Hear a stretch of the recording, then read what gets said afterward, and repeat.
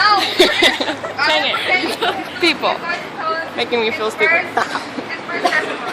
So, run it back.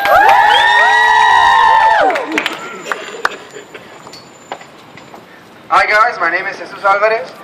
Like many of you, I came here when I was just a little kid. I was 4 years old when my parents decided to leave their homeland that they have grew up for almost 20 years. Their whole family, they just decided to get up and leave one day. They didn't do this because they thought we could come over and mess with the Americans. No, we came over here, my parents came over here because they saw a better life. Not just for them, but for me. They all came over here, left their values, their virtues, everything they believed in. They came over here to see me grow up better. Now that I'm growing up, like many of us, I'm starting to realize that my life is going to be full of difficulties. And what we all want is a dream act. Now, the DACA case helps us out in many ways. It gives us power to work legally. But what we really want, what we really all dream for at night is a dream act. But we don't have to be afraid to get up every morning to walk down the street to offend somebody because of our presence. Unlike many of you here haven't hurt a single person. You haven't committed a murder. You haven't robbed. Why should we be scared of this person that thinks that we're bad just because we didn't go to Harvard, Oxford, all those educational places that he went to? We want to go there, but we can't thanks to him. I haven't hurt a single person. I haven't hurt anybody. I'm involved in my community so much. I see so many kids that were born here and take it for granted. I don't take anything for granted. I'm involved. I go to sleep at 1 a.m. and wake up at 4 just to see my community prosper. Now forgive me. Do you want me to apologize? Because I'm not. I'm tired of living in fear, and I've done nothing wrong. Dreamers united We'll never be divided. Dreamers united. We'll never be divided. Now I'm going to present you to Viviana, that is going to tell us her testimony too.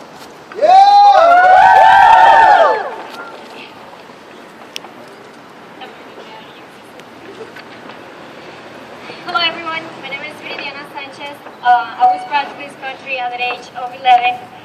When I first moved here, I didn't know that my life was not going to be the same anymore. I left behind my family and friends, but at that time I didn't feel sad because I thought I was going to go back. But it wasn't until my mother put me in school that I understood that I was not going to return to my country anytime soon. The first couple years were very hard for me because I didn't know how to speak a single word in English and I couldn't communicate with others. I felt isolated. I realized that I needed to learn English in order to be able to play with other kids. I've been here in this country since then, and I'm now attending to Wichita State University. I'm a political science major and I have a minor in Spanish. I plan to go to a grad school and get my master's degree in international studies. These past few years have been really hard for me. It's been a challenge because I had to pay for rent, bills, food, and then on top of that, I had to pay for school. All on my own. Working in a place where the payment is not good enough and have to work long hours is barely enough to pay all my expenses. Not being eligible to apply for loans or to have financial aid, it's even harder to keep up with my school and work. But I refuse to give up. This is why the deferred action is very important because it will give students like myself an opportunity to become successful and to become influential to our society. So we could practice our careers and return to this country all that it has given us.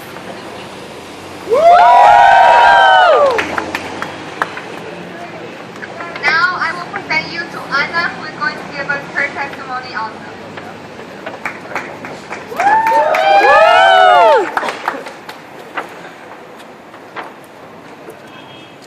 Hi, my name is Anna Alvarado, and I came to the United States at age 3.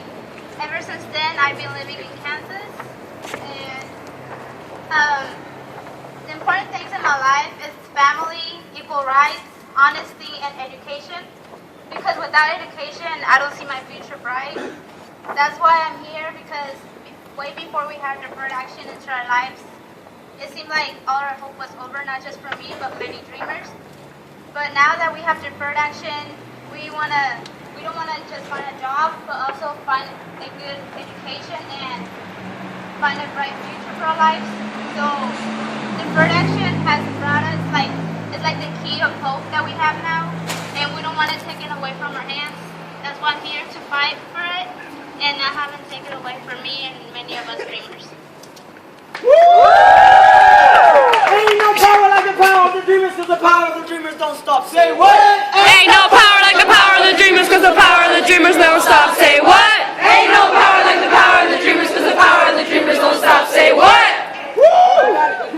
Now I'm going to present you to a great dreamer that has came all the way from New York to give this man that message, and his name is Cesar.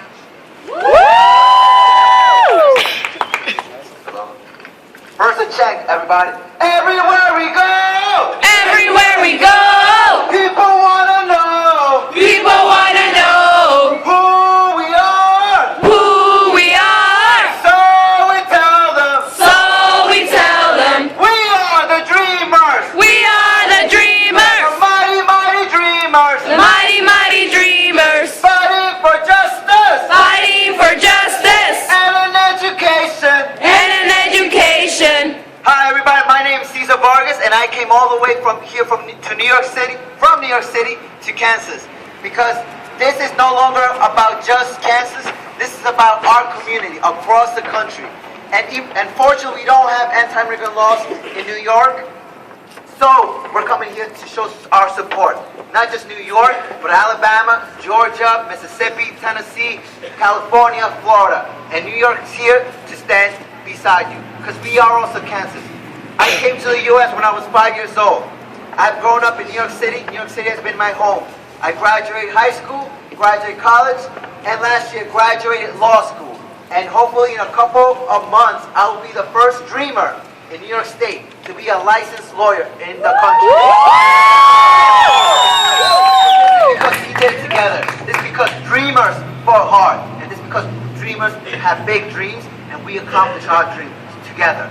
And now I actually want to show you, there's not just New York, but amazing other states who have been affected by the anti-immigrant laws that Kris has enacted. But they have stood up, they have fought hard, and they are here together to show support. And at first I want to introduce to Victor Palafox from Alabama.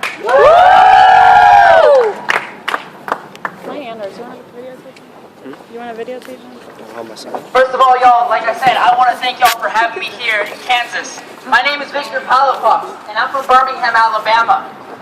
Last year, 2011, was one of the most difficult years of my life. Even before HB 56, which is the law that Kris, the Secretary of State of Kansas, wrote for my state, when he probably can't tell the difference between Birmingham, Alabama and Birmingham, England. Last year, the governor signed into law HB 56, which sent complete waves of fear throughout my community. I saw families that I've known for years leave to states that they've never heard of because they're afraid of living in Alabama. I saw children crying because they were afraid of going to school. I saw families weeping as they signed away powers of attorney because if they were to get deported, they wanted their kids to stay here. When I came to this country, I knew that I had to be here because my parents brought me here. Because they brought me here for a better life, for a better future. And Kris certainly is going to let my parents' sacrifice go to waste. Last year, I was exactly like y'all. I was in my neighborhood. Me, my brother, and another friend. We decided that we had to stand up, that we couldn't do this anymore, that we could no longer live in the shadows. Because even if we didn't have papers, if we didn't have a green card, we still had our humanity, we still had our dignity, and we weren't going to let anyone take it away from us. With Kris, the thing with Kris is he doesn't realize his job is in Kansas. It's not in Alabama, it's not in Mississippi, it's not in Georgia, not in South Carolina, not in Florida. The state motto of Alabama, like I told y'all yesterday, is we dare to defend our rights. And I'm here to defend my rights, the rights of my family, and the rights of my community. Here in Kansas, y'all's state motto is pretty inspiring as well. It's called through adversity to the stars. And in front of me, I see nothing but that. Nothing but stars, nothing but dreamers, nothing but immigrant youth who inspired me to keep going in this.